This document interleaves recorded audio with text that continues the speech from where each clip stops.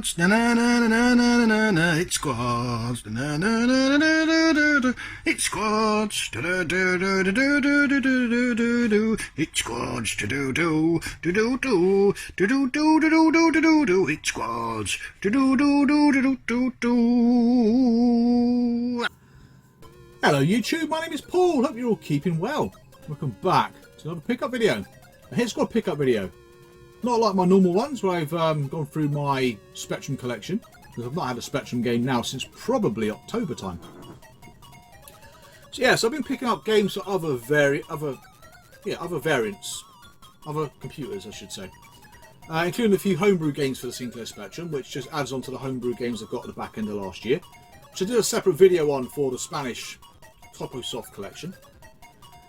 But yeah, a few more games have been added to that, plus a few games from the Soviet collection. Now, 3 games that have previously been released under different labels.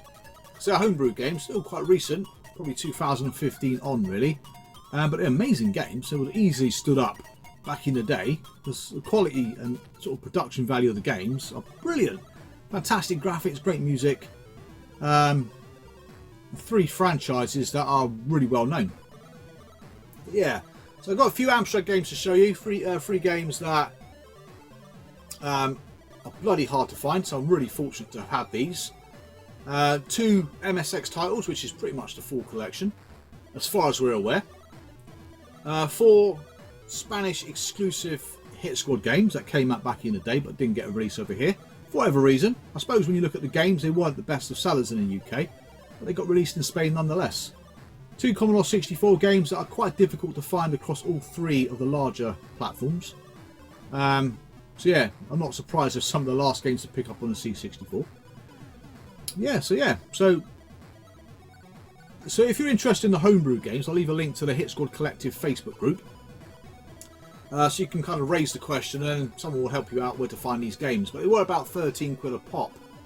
Like I said, I did buy 2 kind of tranches really, so the postage probably helped keep the price down a little bit. But yeah, if you fancy joining the group, you're always welcome.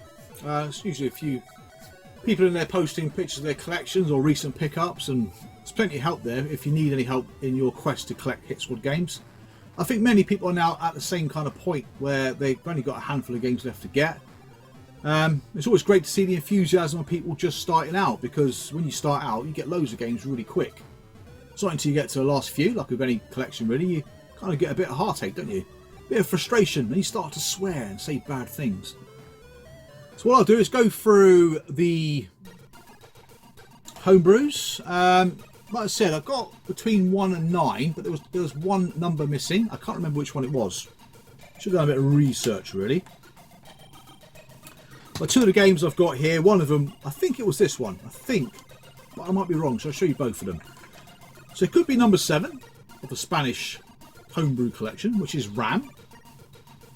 Got a nice little cover on it, isn't it? Look at that, all those vivid colours. Actually, the artwork was very good. A lot of these Spanish Hit Squad homebrews have got lovely artwork. Again, like I said before, these games were released originally in Spain under the Toposoft label, I believe. Some may even be the Dynamic label. I'm pretty sure it's Toposoft. Well, it could have been number 8, which is a Mad Mix game and the Pepsi Challenge. Now this game I think got released in the UK under the US Gold label. Never played it. But I know RAM's got some cracking graphics. It really does. Graphics are cool on that game. So that's 2, so that takes me up to 1 to 9. And then there's no number 10. So I'm not sure if they're just placeholders ready for a game to... They've probably got a game in mind for number 10, but have they got the permission to do it? I think they're just waiting to get authorization, really. And then we've got number 11, which is a game that was released over here by Elite Systems, I think, and that's Gremlins 2, the new batch. Never played it. I know Paul Retrobait. He's got a bit of gameplay of this on his channel. I'll leave a link again in the description box below. But yeah, it's nice to have these games, but again, not played them, never played them. I should really try out these Spanish games, to be honest. And then King of Pong, another new one. This is number 13, sorry. But yeah. Again, never heard of this one, let alone never played it before. But yeah, so it's nice. There's obviously going to be more to come out because there's still some numbers to fill. But how many games they're going to release, I don't know. Now I think they started to release some games on the Amstrad as well, so I can't remember which ones they have done, but again, in the Facebook group, ask the question and I'm sure you'll be pointed to the right direction. And then we got 3 of the Soviet collection. These games are obviously all made by Russians, I believe, and they're some of the best games I have ever seen on a Sinclair Spectrum, I've got to say. Ambitious ain't the word. 3 very famous franchises. A couple of the games got some fantastic music. I can sit there and just listen to the music. Bloody hell. So first up, the first one, I'll show you the older one first. I think this one is the older release. So that's Aliens Neoplasma, which is number 3 in the collection. Yeah, if you played Alien 3 on the Amiga or the Mega Drive, it looks like that. Brilliant, amazing graphics, really good animation, quite a tense atmosphere, but again, I've not played the game, I only watched a rolling demo, so I couldn't find a TZX file to play it really. But yeah, I certainly would recommend it. So the footage you're seeing is just a rolling demo. It's not me playing the game really well. What shall I show you next? The other 2 are, again, sensational. I'll show you the one I've played the most, and that is Castlevania. I'm not sure it's called a spectral interlude. Quite a nice play on words there. Look at that. I never really played the Castlevania game. I haven't played it. I've got it on the Mega Drive. But yeah, I've never played any game from the franchise. I think it's the NES originated on, I think. Yeah, again, brilliant graphics. The music is amazing. The game itself needs to get used to it a little bit. Because like I say, I never played the franchise, but from what I've seen of it and what I've played of it, it's very good. Very good fun. And the footage you see is actually me playing it. So yeah, I did enjoy it for about half an hour that I played for it. But it's one of those games I put on and just listen to the music. It's bloody sensational. I might even leave it at the end of this video so you can appreciate it. If you like the AUR chip set, that is. And the final one is Mighty Final Fight, which I was amazed got a release. Anyway, so yeah, bloody brilliant. Any problem with this game? It's got loads of combinations, quite cleverly done, using a keyboard or joystick. You like if you tap right and push the button, you punch. Tap right twice, push the button, you might jump. But it's different combinations like up, left, right, and stuff like that. Which for me personally, I forget what I'm doing. So to use some of the special moves, you've got to kind of use a combination of different buttons to get it to do the special move. But yeah, apart from that though, it's a phenomenal game. There's not many great side-scrolling beat-em-ups on the Spectrum, apart from Target Renegade and Renegade. But this, yeah, certainly would be up there with those. I think it's brilliant. So that's it for the homebrew. Again, like I said, £13 each. It's one of those things I think once you start collecting them, it's difficult to stop. I don't think I could sit there with like number 10 missing for eternity, because that would do my head in. So yeah, if you're interested, like I said, go to the group and we'll help you out. Right, next up, I've got some C64 pickups. Now, these were the last 2 I've picked up, I would say, within the last 6 months. These 2 games are generally quite tricky to get across all 3 major platforms. And probably guaranteed they end up being in the last sort of 15 you have left to pick up. They're a pain in the arse. So yeah, can't remember what they cost me. I think one was about 50 quid. I think one was about 20. I can't remember. So first up is Vindicators, which is a tank game. A bit like good old Combat on the Atari, just a bit prettier, I suppose. Bigger levels. I think you can play multiple players as well. A game I think I've got on the Commodore 64 GS. A game that I don't particularly like, I've got to be honest with you. Probably why it's quite obscure and you can't really pick it up that easily. So that's Vindicators. Not to be confused with The Vindicator. Next one again is a tricky sort to find. Good little game actually. I think I played this once on the Amiga. I think I did have an Amiga pickup of this a little while ago. That's Puffy Saga. Again, this one can go for around 50 quid. The Amstrad version, there's a couple of versions up on eBay at the moment for the Amstrad. One I think is like 60 quid. Not sure it's buy it now or auction starts at 60 quid and the other one's about 40 odd pounds. But yeah, tough sort to find. A good game though. It's not a bad little title. I haven't played it for long, but I did enjoy it. It might have even been the Spectrum version I played actually for my Hit Squad videos, but yeah, it's a good game.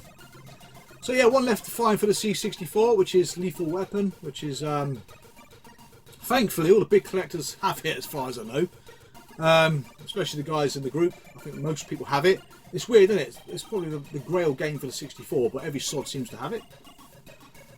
It's always a bloody way, isn't it? Alright, next up we've got some of these Spanish exclusive hit squad games from back in the day, and I'm not sure how many there are. I've got to pick up a few from each system, so I'm not fussed if I got the whole set of say 12 on the Spectrum. As long as I got one of each, I don't really mind. The first one's one of the most common titles, a Nintendo game, that's Mario Brothers. Not particularly great on the Sinclair Spectrum. I know this came out on the Amstrad. I don't know how many hit squad games came out on the C64 in Spain though. Yeah, it just come on pretty plain tapes compared to the British counterpart. But Donkey Kong is the other game you can buy over in Spain. In fact, I think you can buy Donkey Kong in Australia as well, under the Aussie Soft label, which comes in quite a flat, it's in a plastic case, but it's quite flat. It's quite unique, really. So yeah, that's Mario Brothers. Pretty average game on Specky. Then we got another exclusive, which is another Ocean game called Taipan. I think that was the first 1-to-8K game released by Ocean Software. It's more of an adventure game, I think. Kind of an arcade adventure. Never really played it, to be honest. Just nice to have it in the collection. Again, these games would have been more expensive because the post would probably be about between 10 and 15 quid from Spain, even for a bloody cassette. The games themselves aren't that expensive. Next up is the most difficult game so far I've found on the Spectrum. That's Typhoon, game by Imagine. Vertical shoot 'em up, rather difficult. Called Ajax, I believe, in the arcade. But yeah, so nothing again to write home about. It's just tough. It's one of those games I think when you play it, you've got to reach over and push a button for the special weapon. It's a good game. Got some really great nostalgia for that game. So I bought it around the same time with Operation Wolf back in the day. And the final one, which is actually on the Amstrad, is probably the more, I think, another game in this series is the Grail title to own on the Spanish hit squads, and that is Victory Road. That's Guerrilla War. Again, this one came up. I literally just got listed and I snapped it up because I thought I'd never seen that before. There's other games. I'm trying to think what they're called. There's like Sonic Boom, Dynamite Ducks, Guerrilla War, Donkey Kong. There's not many. There's literally about a dozen at most. So yeah, I'll keep my eye out in Spain to find them. But I'm not after all the other ones because I've already got them on multiple different systems. Right, next up is a couple of games from a very obscure system in the UK, but I know it's very successful in the Netherlands and also in Spain, and that's the MSX. I've never used one before, gotta say. I've been quite interested in them because of all the Konami games that got released in the Konami livery. So yeah, I'm not going to go down that route, but I thought it was quite interesting seeing games like Hypersports and Green Beret and stuff like that in the correct livery, if you like. First up is Batman, probably the more common title. I've got a spare copy of this now. But again, these games aren't expensive unless, of course, you decide to look for them. It's always the way, isn't it? Again, the next one I'll show you in a minute. I've got a bloody deal, a bargain with that, really, for what it is. So yeah, Batman, this came out on pretty much every platform except for the Commodore 64. I can't remember what I got on the BBC. I don't think I got Batman on the BBC. No, it's not on the BBC. It's not on the Commodore 64. If I actually think about it, it's missing on a couple of systems actually. That's Batman. And then Arkanoid. Now, this game eluded us for a long time, as in people in the group, or any hit squad collector. And this came up, I saw it in a bundle, it just came up as like, I don't know, 20 odd MSX games for sale. I looked at it, it's quite, you can see it sort of plain as day really. Offered the guy 100 quid for it, he sat on it for a day, then offered him 110, he sat on that for a day. Then offered him 120, and then someone bid on it. So I got the whole bundle, £38. So I thought that was a bloody good price. So yeah, and then one came up typically about a week later, which went for pushing 70 quid. So I think I've done quite well there. Well, the two bidders on it, if they both weren't bidding on it, or one of them weren't bidding on it, they probably would have got it for about 10 quid. So, like I said, it's one of those games that not many people collect for the MSX Hit Squad titles. So, it shouldn't be that expensive. So I was quite fortunate, otherwise could have got into a bidding war, it could have cost quite a bit of money, which it doesn't really need to be. So 2 copies in the space of a week for a game that no one really seen before. But I'm not sure if that is the last, or only 2 MSX titles, there might be one more. Right, finally is the Amstrad. Now with the Amstrad I'm in the same place really as the Spectrum. I've got 4 left to find. 4 games I have on the Spectrum. It's the same as the Spectrum, the ones I'm missing I've got on the Amstrad. except for Space Gun. But yeah, so the first one I picked up, I was at lunch at work. It came up in the feed, eBay feed. He listed, or she listed, a few games. They all had bids on them, but this particular one didn't. So I guess everyone was kind of putting in offers, hoping their offer would get accepted. So I put a whopping offer in for a Hit Squad game. And then a little while later, luckily someone still never bid on it, I won it. And that's the Addams Family. Yeah, probably, along with Darkman, probably two. In fact, they're not the two last games I need, actually. Darkman and Addams Family both have on the Amstrad. The one I'm still waiting for is The Spy Who Loved Me. Not an overly complicated game, it seems, on the other systems, but the Amstrad one seems to be quite hard to find. But again, you go on the Facebook group and there's people with The Spy Who Loved Me in their collections. It's like, what the hell? So yeah, this one is probably the second most expensive Hit Squad game I bought. At 250 quid. But yeah, the guy come back to me and goes, your offer was by far the biggest. So that made me feel a little bit annoyed. The fact he said that. So I probably could have got it for a lot less. But it's one of those games, again, I've never seen it since I've been collecting the Hit Squads. Especially the Amstrad over the last sort of 10 months or so. But yeah, so lovely to have it. A very technically accomplished game. It's just brutally hard. Now the next two came up maybe a few weeks later. In fact, I've not had them that long. First up is Pictionary. A conversion of a board game. Not my cup of tea, to be honest with you. This came up, I think, a week after another copy sold for about 90 quid, something like that. So again, generally these games don't go for that much. Depends on the day, who's bidding on them. Comes complete with this little, whatever this is, leaflet. Which I checked to see if all my other copies had the leaflet, and they do, thankfully. I didn't even realise I was supposed to have a leaflet. This one cost me 60. I think this was a buy it now or best offer. So I didn't do the best offer, I just bought it.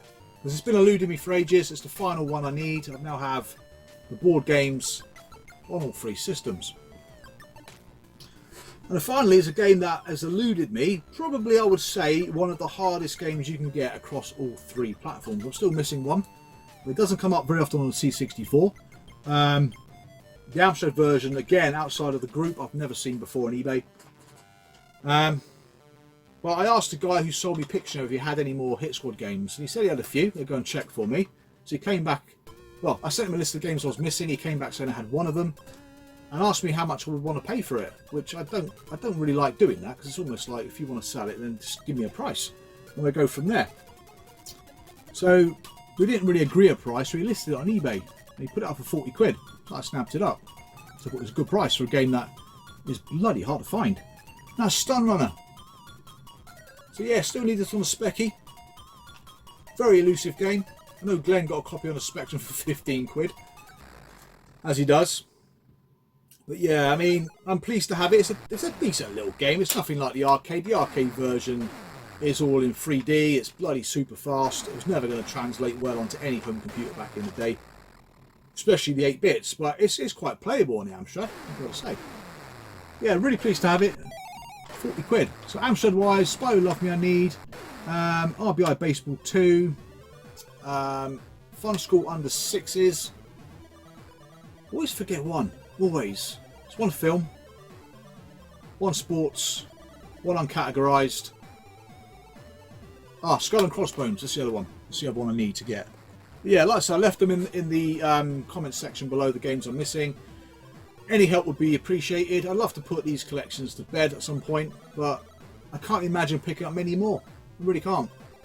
But yeah, it's usually always the way, isn't it? Nothing comes up and then all hell breaks loose. So I hope you enjoyed the quick impromptu video. I wasn't going to do a video like this, but it went on a bit longer than I expected. So thank you very much for watching. Thank you very much for subscribing. I'll see you guys again real soon. So take care and bye for now.